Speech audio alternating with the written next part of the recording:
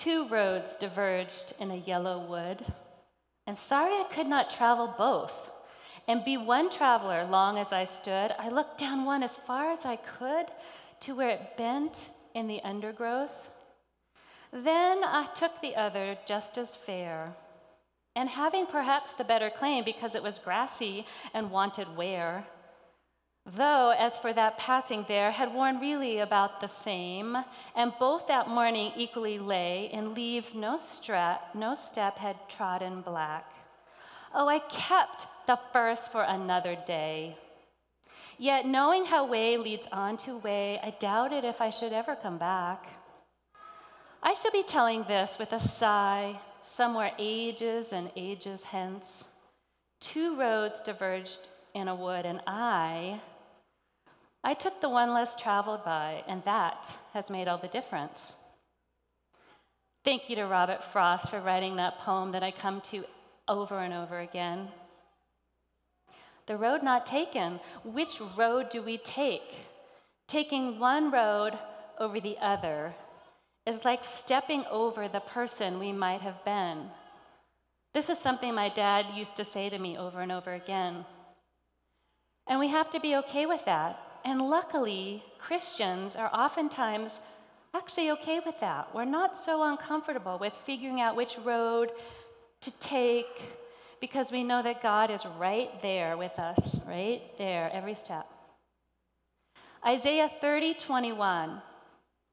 Your teacher will be right there, local and on the job, urging you on whenever you wander right or left. And this is the right road. Walk down this road. I want to share 3 things today that I've been thinking about over the past few months and years. The first is the best yes. So say no until the best yes is obvious. The second is open doors. Look for them, they're there, go through. And the third is to seek truth and not just find it, but do something with it, take action. So Japhet gave my secret away. I am a professor at CU Boulder, and I will be using a few of the active learning techniques today in my talk with you that we use in my classroom. So these include pair, share, and the 1-minute paper. Now, all my students know what that means, and you will get to learn what that means today. So be ready for that.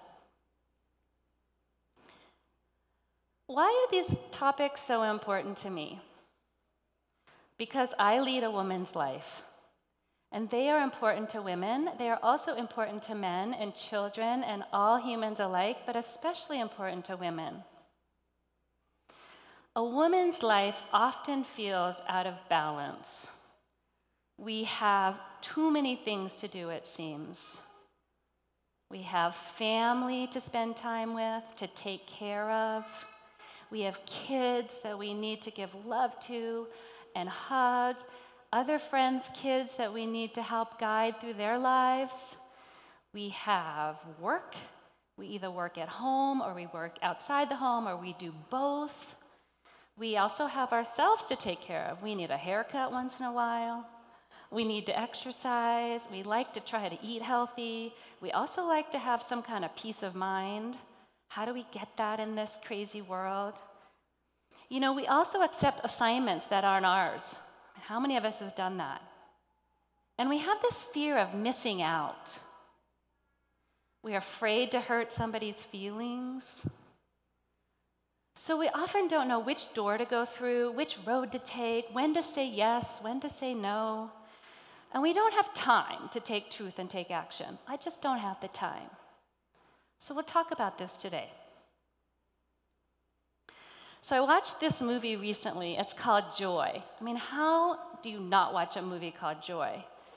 Well, it turns out this is the name of the woman in this movie, and it's loosely based on a real woman's life. It tells the story of a divorced Long Island mother, played by Jennifer Lawrence, who invents a detachable self-wringing mop to save women the time and agony of wringing out this mop every time they have to clean their bathrooms. It's brilliant. And she overcomes significant obstacles to develop this wildly successful enterprise, first with QVC and later with the Home Shopping Network. And Joan Rivers even makes a cameo. It's just a really fun movie, and it's set in the 50s. But as the movie was developing, I was so overwhelmed with this feeling of like terror and thankfulness that this wasn't my life. This terror overcame me because this one scene made me just cringe. I thought I was going to have to turn the movie off. It's in the beginning. Joy is getting ready to go to work at the airport where she operates the airline counter, which, by the way, they fire her and make her take the night shift. And she has her depressed mom who sits in the bed all day and night watching soap operas. Got to take care of her. She has these two beautiful children she has to take care of. She has this divorced husband who can't get a job but is living in her basement practicing his singing, because that's what he does. She has this father who divorced her mother years ago, and he's a nutcase, and he shows up on her door because he got kicked out of his house and now wants a place to live. And then the floor springs a leak because of the pipe, and she has to fix that. And I was like, how is she going to get through her life? I just could barely take it. And yet somehow I identified, even though my life looks quite different, right? Do you feel that? Oh. But it all turns out, she chooses the best yeses after hitting a pretty big low, and she gets her courage, and she goes through her open doors, and she goes through them again and again because sometimes they close in her face. And she draws on our inner strength and succeeds in creating her life. So the road not taken, the best yes, the open door, this we're going today. Ruth 1:1. We'll start there. Once upon a time, it was back in the days when judges led Israel. There was a famine in the land. Here, Naomi's husband chooses a road. He takes his family to Moab. And this choice ultimately leads to two things: significant hardship for Naomi, his wife, the meeting of Ruth coming into the story, and Jesus, of all things. We'll return to this a little bit later. So, what is the best yes? I love this saying. It is fully playing your part, and every part's different. My part's different than yours, but you're playing it fully in your life, obviously and completely. It's a grand story. This idea is fleshed out in a phenomenal book that Dina loaned me by Lisa Turkhurst. How many of us say yes to whatever because we are too scared, too busy to be honest, and so we don't say, I can't, no, not at this time. We say yes to so much that we actually miss our calling, and what Lisa calls our best yes assignments. All the while, the acid of overactivity eats our souls, eats holes in our souls, and from these holes leak the cry of an unfulfilled calling that never quite happened. So a key idea here is this best yes assignment is about a woman finding her way to serve and shine in her best yes moments. Okay, that sounds great, but how do we do that? So I'm going to share with you a few ideas. So here's the first key idea. Schedule time for your dreams. What is that one sole thing for you? And how much time in the day do you spend on this dream? How much time do you have available that God gives you each week to spend on your dream? Lisa figured it out in her book, and she had 3.5 hours. I have about 5 hours. So right now we're going to do an active learning technique called the 1-minute paper, where I'm going to invite you to find out how much time you have. So take your Connect card from your worship guide and take a minute. Write down your dream. Write down a dream, your dreams. Is it to write a book? I have a friend with me here today whose dream was to write a book. And thankfully, she took the time to write that book and to help millions of mothers who work figure out how to breastfeed while on the job. It was awesome.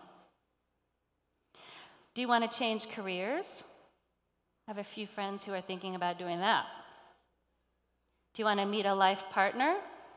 I also have a few friends thinking about doing that. How about volunteering at school with your kids? Dreams are big or small, it's all good. So take some time, I'll be quiet, and write down your dream.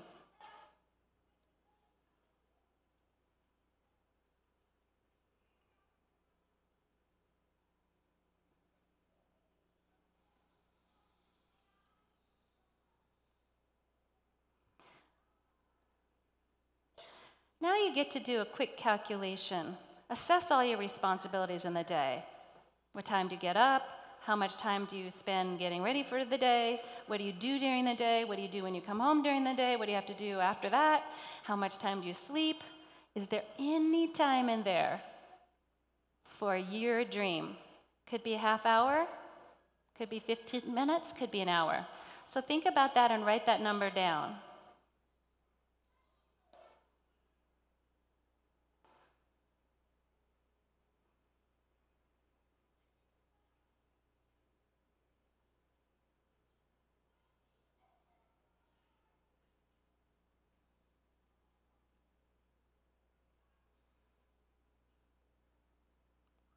And after you have that number, multiply it by 6. I'm going to say 6 because 7 is the Sabbath, and you don't actually have to do anything on your Sabbath. And I hope that number is bigger than 3.5, bigger than 5, maybe it's 6. And hold that number in your mind and see if you can't come to a place of maybe spending some of that time on your dream the next week. Schedule it. That's what Lisa did. 7 to 7:30, I'm off duty. That's my dream time. So how do we say yes to the best yes assignments and no to all others? Okay, we'll continually talk to God for the small and the big things. God is always there, ready and willing to offer. Sometimes we hear nothing. That's okay. I always complain that I usually hear nothing, and my sister always hears something. And that's the way it goes, right? Then we must do our best. We use our wisdom, and sometimes we actually aren't listening, and sometimes we get a real clear direction. If you're inclined to say yes, honestly, wait a few days. Take a deep breath, say, I'll get back to you. Allow your wisdom to engage. Allow God time to speak to you. Honestly, if you don't hear clear guidance after a bit, then go with your best guess and guess what that best yes is, right? Sometimes we know what that answer is, and sometimes we don't. And then we must sit and wait until the answer becomes clear, or it doesn't, and then we must still decide. So I do this all the time. And we can practice on the small yeses, little small things. And what I loved about Dina's talk last week was she gave us ways to do a yes so easily, right? You see somebody, take a yes and tell them how valuable they are. You think of somebody in your mind. Like one Sabbath, I thought of Janelle. I don't know why.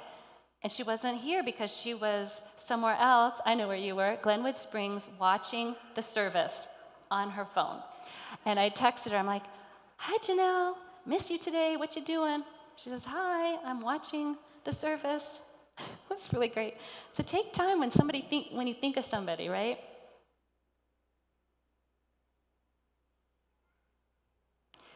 I want to share with you a short example because it was a small yes for me. I enrolled Renee, my daughter, in a vacation Bible school here. But of course, when the week came, it became jam-packed with stuff.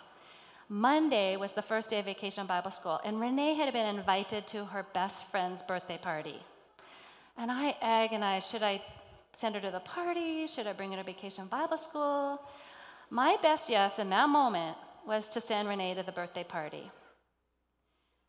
Tuesday came, and again, that vacation Bible school morning, I was like, what do I do about vacation Bible school? Because now my mom was in town, my whole family was together, and I thought, well, maybe now my best yes is to have a family dinner before my mom leaves on Wednesday. So I prayed to God, because I said, I'm talking about the best yes. I got to practice on the small things. So God, here's my best yes at the moment. God said, fine. And I went along with my day. And then a little bit later, Ken says to me, oh, I'm not going to be home tonight on Tuesday night because I'm taking Luke rock climbing. Okay, so a family dinner is not in the picture. So I prayed again. Okay, God, did you see that? There's no family dinner now, but my mom's still here. What do I do with my mom? Do I bring her to Vacation Bible School? Help me out. The day went on, and then it actually turned out my mom wasn't feeling well, and she really wanted to stay home and rest. So the best yes changed from no to yes. So Renee and I came to Vacation Bible School, and we had so much fun. And Renee said to me, Mommy, that was so much fun. Can I come next week too? But unfortunately, we only do Vacation Bible School for 1 week a summer. So we came most every other night that week, and it was really sweet.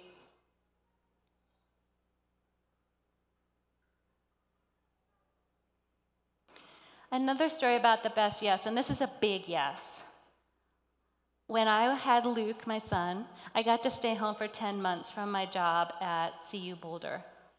And then when I realized I had to go back and teach classes to engineering students in the fall, I about died. I was like, I can't do this. And I really just wanted to stay home. I wanted to call them and say, yeah, thanks, but find another professor, right? And I prayed, and I just didn't know what to do. And finally, it came to me that, God said, you have a great job, Shelly. You worked hard to get here. You went through a lot of open doors, a lot of closed doors. So why don't you just go back and check it out? And if it doesn't feel right, in the spring you can quit. So that was my plan, and Ken made it happen. Luke made it happen. He would roll up at noon in the van with Luke, and I'd rush out and breastfeed and do my thing with my baby and then go back and be the professor, right?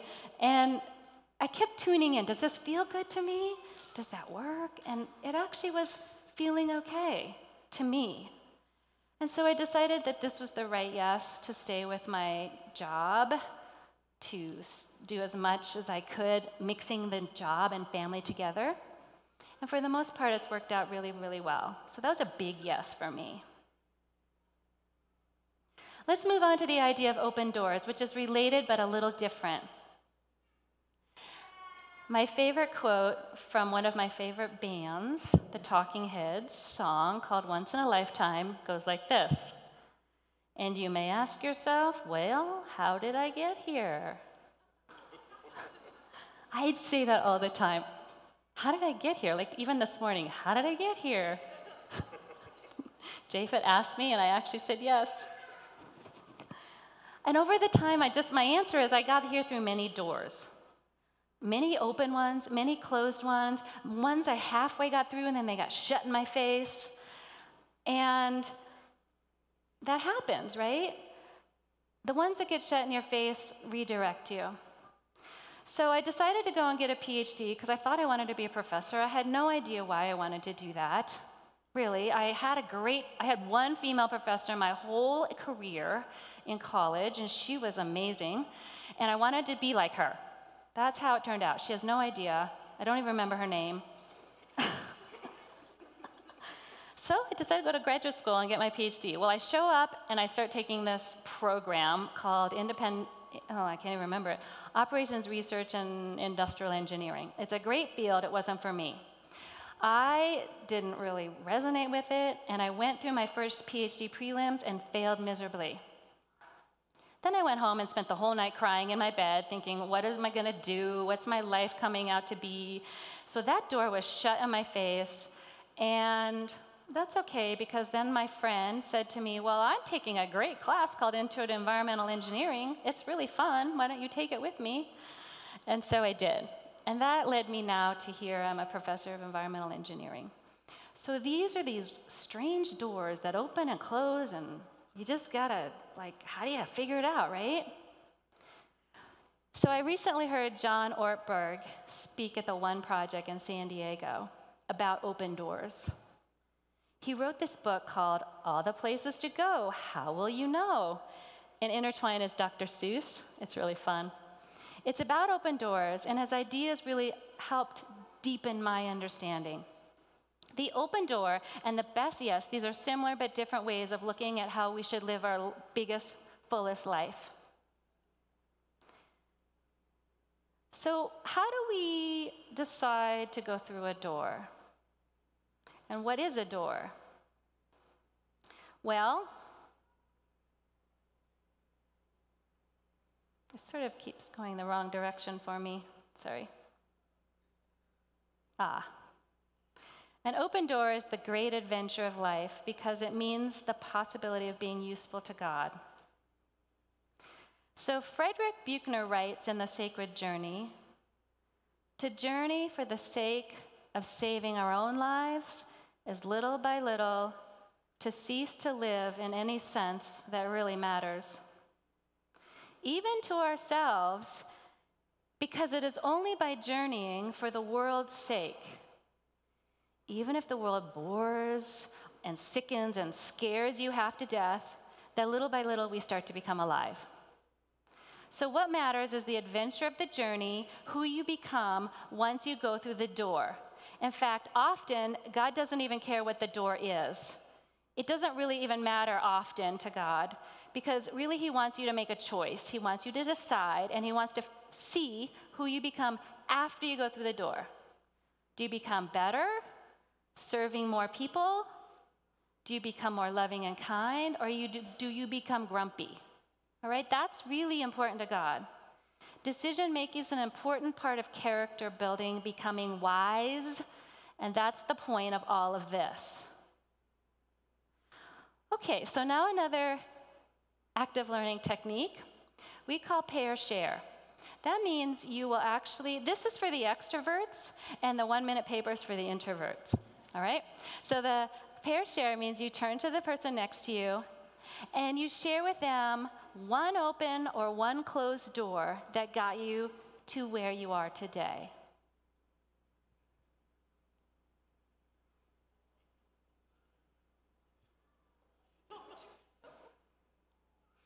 If you're all by yourself, you can join a couple of people, Elia.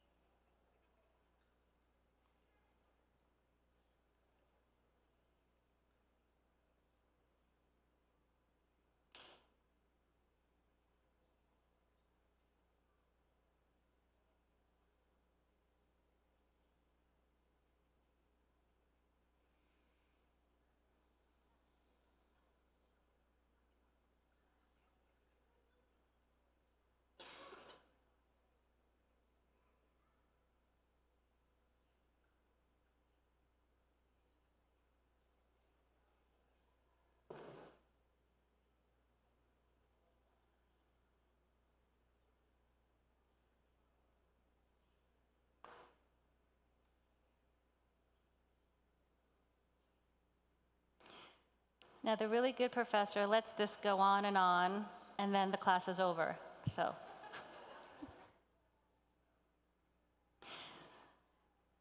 thank you for sharing.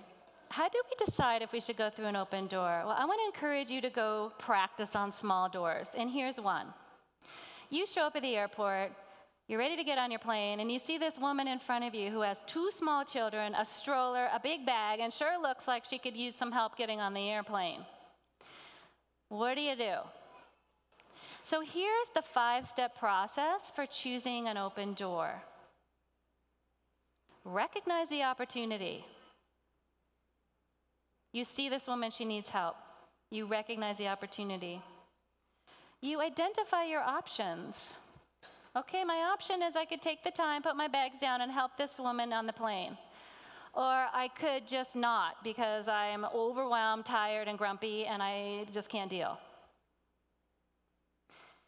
You can then evaluate. All right, is this the right thing for me? Check in. Am I happy? Am I grumpy? Am I going to work? Then you choose. All right, that's step 4. Just choose. Okay, I choose to help her. I offer to wheel that stroller for her, and we go on the plane. And at first she says, no, I'm fine, as all women do. I'm fine. I can do this. I got it. But no, really, it's a lot. So I wheel the stroller for her. The 5th step is really important. It's to learn, to assess, to step back and say, gosh, that felt really good to help her.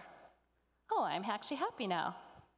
Or, this was a great moment to connect with another human being, and that creates community. A little wave in the universe, right? And God smiles, right? So again, 5 steps. Recognize the opportunity, identify your options, evaluate and choose, and then learn. Okay, but you got these big doors. I got to take a new job in Seattle, Daniel. It's a huge door. And I know that you followed the right way, and I know God was talking to you. We all have big doors, right? What do? It takes a lot of time. It takes a lot of energy. So one clue I have for you is don't make decisions in the wrong emotional state. Calm down if you're angry. Become a little centered if you're excited. And again, take a little time. Step back and say, wait, I'll get back to you. And I also have a 4th rule, which means if it involves my family, I always say, I got to talk to Ken first, and I'll get back to you. Let's go back to the story of Ruth. Many open doors are actually clear invitations for God to make our lives count for the sake of others. And we know lots of stories where we ran away from those obvious open doors, right? This is one characteristic of an open door in the Bible, what we see with Ruth. Back to the beginning, Ruth 1. We start in a time of famine, and Elimelech takes his family to Moab. But then, as I said, Naomi experiences hardship. He dies, leaving Naomi a widow. The 2 sons take 2 Moabite wives, Orpah and Naomi.